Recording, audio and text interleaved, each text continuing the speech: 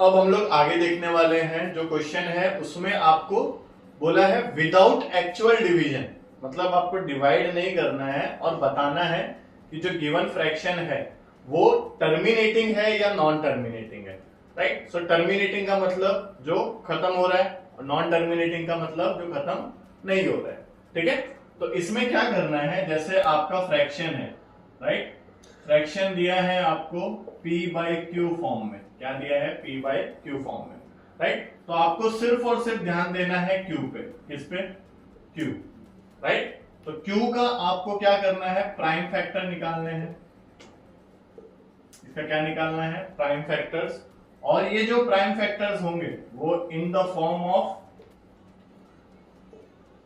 2 and 5। Right. 2 and 5 के form में आने चाहिए। क्लियर? मतलब आप इसको एक्सप्रेस कर सकते हो Q इज इक्वल टू 2 की पावर n इंटू 5 की पावर n।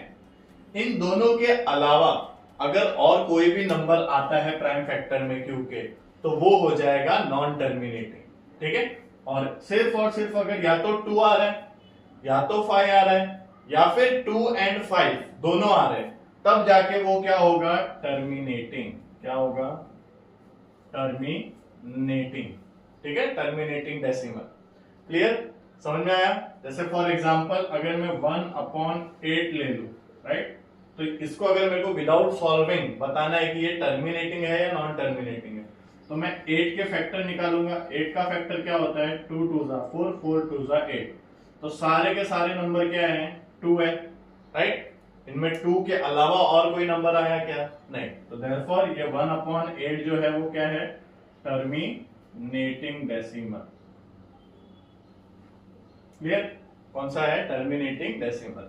और वही अगर 1/27 आ गया लेट्स से, राइट, सो 1/27 में आप क्या करोगे? 27 का फैक्टर निकालोगे। 3 3 जा 9, 9 3 जा 27। तो यहाँ पे 2 नहीं आया, 5 नहीं आया, कौन आया है? 3। Right. So other than 2 and 5 अगर कोई नंबर आ रहा है तो वो क्या हो गया आपका? Non terminating. कौन सा हो गया? Non terminating. समझ में आया? तो अब इसके बेस पे हम लोग क्या देखेंगे? एग्जांपल्स देखेंगे, एक्सरसाइज क्वेश्चन सॉल्व करेंगे, तो और ज्यादा क्लियरेंस हो। ठीक है।